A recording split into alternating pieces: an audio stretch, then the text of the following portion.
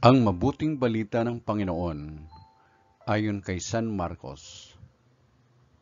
Papuri sa iyo, Panginoon. Noong panahong iyon, sinabi ng mga eskribang dumating mula sa Jerusalem, inaalihan siya ni Beelzebul, ang prinsipe ng mga demonyo. Ito ang nagbigay sa kanya ng kapangyarihang magpalayas ng mga demonyo.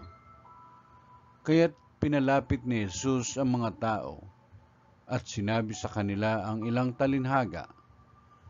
Paanong mangyayaring palayasin si Satanas? Kapag naglaban-laban ang nasasakupan ng isang kaharian, hindi mananatili ang kahariang iyon. At kapag naglaban-laban ang magkakasambahay, hindi mananatili ang sambahayang iyon.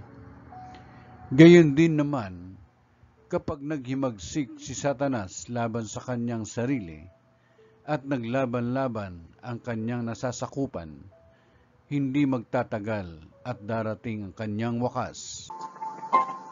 Walang makapapasok sa bahay ng isang taong malakas at makaagaw ng kanyang ari-arian, malibang gapusin muna niya ang taong iyon.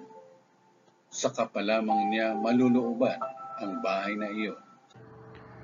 Tandaan ninyo ito, maaaring ipatawad sa mga tao ang lahat ng kasalanan at panlalait nila sa Diyos.